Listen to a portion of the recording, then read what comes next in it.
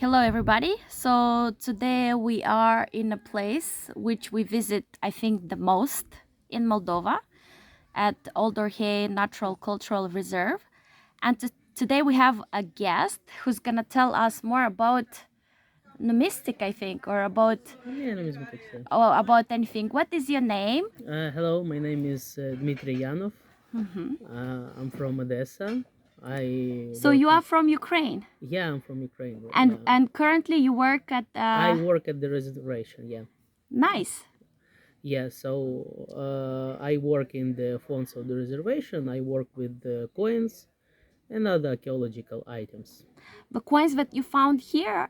Yeah, the coins that have been found here during the archaeological excavations that were held for more than 50 years. So they actually found lots of coins here.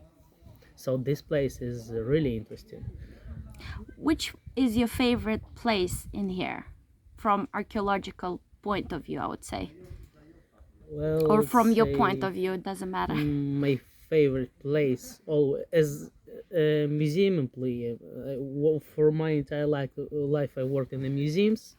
Which one? In Odessa, it was the Odessa Ecological Museum. So the museum employee and as a curator of numismatic collection, my favorite places are the fonts, the places where we store coins, and they're really hidden treasures. Actually, it's really interesting to explore this, to identify them, and to process them and to publish them. Especially those that were not identified previously. So you can, it's every time you don't know what kind of coin you can find. You can find really some real rare ones. So this is really interesting work I have. That's interesting because all the time I come here, I would never think about coins. Even I've heard legends, but it was a treasure hidden somewhere here, full with coins. I don't know if you've heard about that legend or not.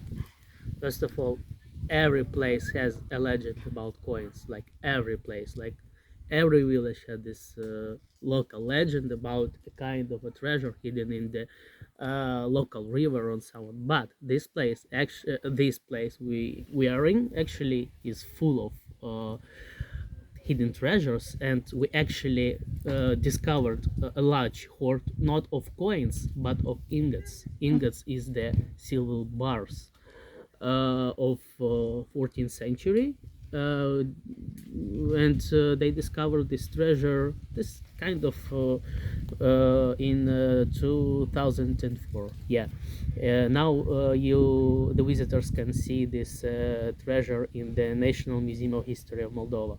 This is really unique finding, and actually every year we keep finding different coins, not hoards but single findings, because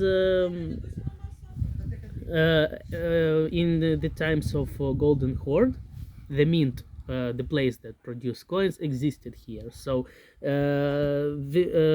this place had the mint that used to strike own coins, and these coins that were produced here in 14th century can be found in other places. For instance, in Vinnytsia region of Ukraine, in Odessa region of Wow. Ukraine, and even in Luhansk region of Ukraine, they find coins that were produced here. This is really interesting story. From which material? From copper and silver. There were two denominations of coins, copper and silver ones. And usually the coins that you find here, how you identify them from which period they are? It's really hard, or do you use like a certain technology, or you just do it by yourself? When we're talking about coins, it's the easiest way. It's not that hard to identify them, in contrast to other archaeological items like the different iron objects or ceramics or so on and so on, because coins are the means of payment, and usually state who or issuer who has the right to mint coins tries somehow to write his name or his title Or his picture. His face. like on coins. So in case of identifying coins and dating them, Coins are the easiest type of archaeological findings. So if you're an archaeology, if you are an archaeologist and you conduct the excavations, you're considered to be a lucky man to find coin, because this is the most precise way of dating of your complex coins, because different archaeological objects we cannot date them as precise as coins. Like ceramics, for instance. Like ceramics, for instance. Ceramics you just date to a century or 2 century period. Coins you can date to a year and even to a month sometimes. So if we coming at this reserve with tourists and we find a coin, what we should do with it? You should go to the fonts of the reservation and give these coins to the reservation employees, because It belonged to this place. We cannot take it with us. If you found the coin, this is an archaeological evidence. Uh-huh. Once it removed from the ground, you did not fix properly your finding, where, what kind of finding, and so on and so on. You just we just lose this data for science. So we can when we do the research of coin circulation and some other historical issues, we need to know the exact place where coin was found. If this exact place is lost, this coin has not that much value, even if it's rare, even if its price for to be sold on the market is really high. For science is dead, really.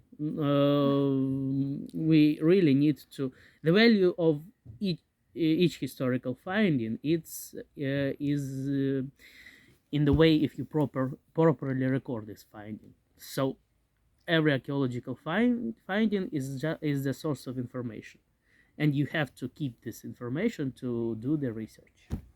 So you mentioned that you find coins from Golden Horde era. Yeah. Also, from which other periods did you find coins, or they are here in The general? earliest here is the Roman Really? Roman Empire, but this place started to be like inhabited. There were several times that this place were inhabited, including Golden Horde, and most coins date to Golden Horde period, then to Moldovan period, the period of Moldovan Principality.